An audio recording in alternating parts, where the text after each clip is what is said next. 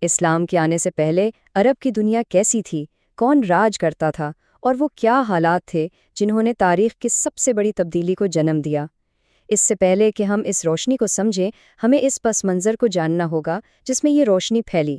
چلیں مل کر اس بکھری ہوئی دنیا کا نقشہ دیکھتے ہیں۔ یہ ایک جملہ سمجھے اس پورے دور کی کہانی بتا دیتا ہے۔ کوئی مرکزی حکومت وہ تو تھی ہی نہیں، بس قبائلی سردار تھے اور چھوٹی چھوٹی ریاستیں جو اکثر بڑی طاقتوں کے اشاروں پر ناچتی تھیں۔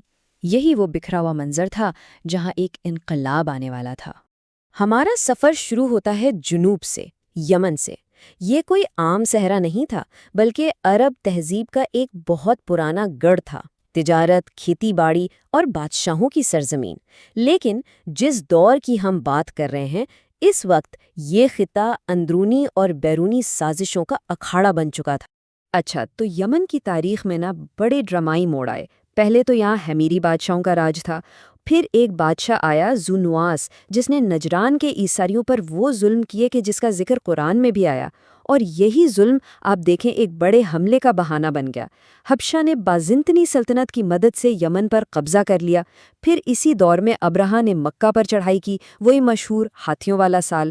آخر میں حبشی حکومت کمزور پڑی اور ایران کا اثر و رسوخ بڑھ گیا۔ تو مطلب اقتدار ایک ہاتھ سے دوسرے ہاتھ میں جا رہا تھا۔ یہاں ایک بہت دلچسپ بات ہے، ایک مقامی مذہبی جھگڑا کیسے عالمی سیاست کا حصہ بن گیا۔ ذو نواس کے ظلم نے بیزنطینی اور حبشی سلطنتوں کو یمن پر حملہ کرنے کا ایک طرح سے بہانہ دے دیا۔ یہ اس بات کا ثبوت ہے کہ عرب کی سرزمین اس وقت بھی بڑی طاقتوں کے لیے ایک کھیل کا میدان تھی۔ ذرا اس تعداد پر غور کریں، 70,000 فوجی۔ یہ کوئی چھوٹی موٹی لڑائی نہیں تھی، بلکہ ایک بہت بڑی فوج تھی جس نے آ کر وہاں کے مقامی حمیری حکمرانوں کا صفایا کر دیا۔ اس سے آپ اندازہ لگا سکتے ہیں کہ یمن پر غیر ملکی قبضہ کتنا شدید تھا۔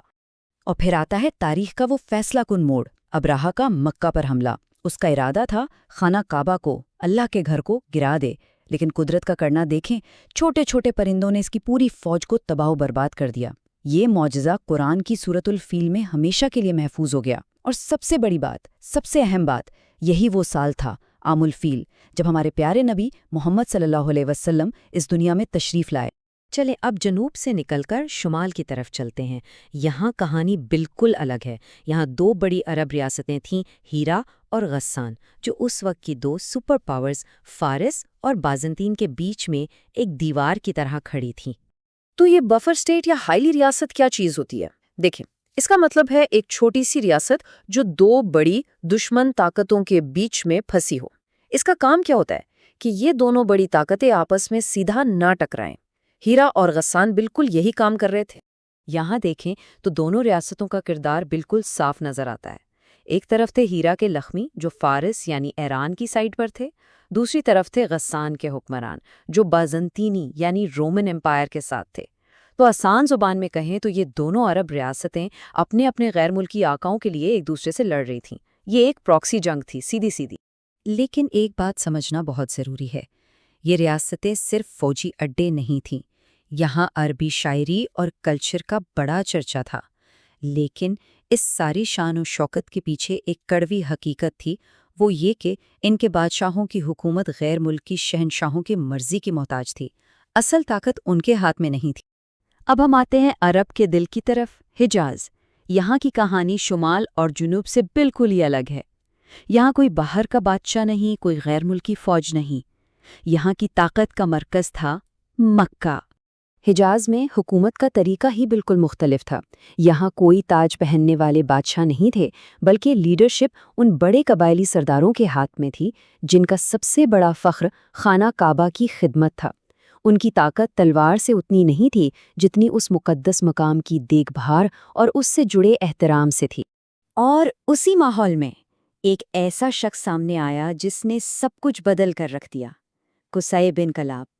انہوں نے اپنی سمجھ بوجھ سے قریش کے جو بکھرے ہوئے قبیلے تھے ان سب کو اکٹھا کیا، مکہ کا کنٹرول اپنے ہاتھ میں لیا اور قریش کی وہ حکومت قائم کی جو پھر صدیوں چلی۔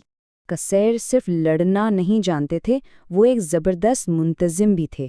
انہوں نے مکہ میں حکومت کا ایک پورا سسٹم بنا دیا، جیسے کہ کعبہ کی چابیاں کس کے پاس ہوں گی، حجابہ، حاجیوں کو پانی پلانے کا انتظام، سقایا، ان کے کھانے کا بندوبست، رفادہ، اور تو اور انہوں نے کونسل ہاؤس دارالندوہ بھی بنایا، جہاں بیٹھ کر سارے بڑے فیصلے ہوتے تھے۔ تو چلیں اب ذرا پوری تصویر کو ایک ساتھ جوڑتے ہیں۔ جنوب میں یمن، جو غیر ملکی طاقتوں کے ہاتھ میں ایک کھلونا بنا ہوا تھا، شمال میں ہیرا اور غسان، جو بڑی سپر پاورز کے وفادار تھے، اور ان سب کے بیچ مرکز میں حجاز، جو آزاد تو تھا مگر قبائل میں بری طرح بٹا ہوا تھا۔ بس یہی تھا اسلام کے آنے سے ٹھیک پہلے کا عرب۔ تو اس سے عرب کی حکومت کا ایک بڑا عجیب تضاد سامنے آتا ہے۔ ایک طرف تو تھے تاج پہننے والے بادشاہ، لیکن ان کے تاج اصل میں غیر ملکی طاقتوں کے دیے ہوئے تھے، اور دوسری طرف تھے قبائلی سردار، جن کے سر پر تاج تو نہیں تھا، لیکن ان کے پاس تھی حقیقی آزادی۔ اصل طاقت آپ کہہ لیں صحرا کے انہی آزاد سرداروں کے پاس تھی۔ تو اس دور کا سیاسی ماحول کیسا تھا؟ دو بڑی سلطنتیں، بازنطین اور فارس، ایک دوسرے سے لڑ کر تھک چکی تھیں۔ ان کی لڑائیاں اب کون لڑ رہا تھا؟ یہی عرب ریاستیں۔ اور خود عرب کے اندر کیا ہو رہا تھا؟ ہر طرف قبائلی لڑائیاں، بدلے اور افراتفری۔ ایک جنگ کا تو قصہ مشہور ہے کہ وہ ایک اونٹنی کی وجہ سے شروع ہوئی اور 40 سال چلتی رہی۔ سوچیں ذرا، کوئی ایک قانون نہیں، کوئی ایک حکومت نہیں، کوئی اتحاد نہیں۔ اور یہاں ایک حیران کن بات ہے، شاید عربوں کی یہی تقسیم ہی ان کی سب سے بڑی طاقت تھی، کیونکہ وہ بکھرے ہوئے تھے، اس لیے کوئی بھی بڑی طاقت ان سب کو ایک ساتھ فتح نہیں کر سکی۔ فارس اور روم نے کوشش کی، کچھ علاقوں پر قبضہ بھی کیا، مگر پورے عرب کو کبھی غلام نہیں بنا سکے۔ اور شاید اسی سیاسی خلا کی وجہ سے، اسی افراتفری کے بیچ ایک خالف پیغام کے ابھرنے کی گنجائش باقی رہ گئی تھی۔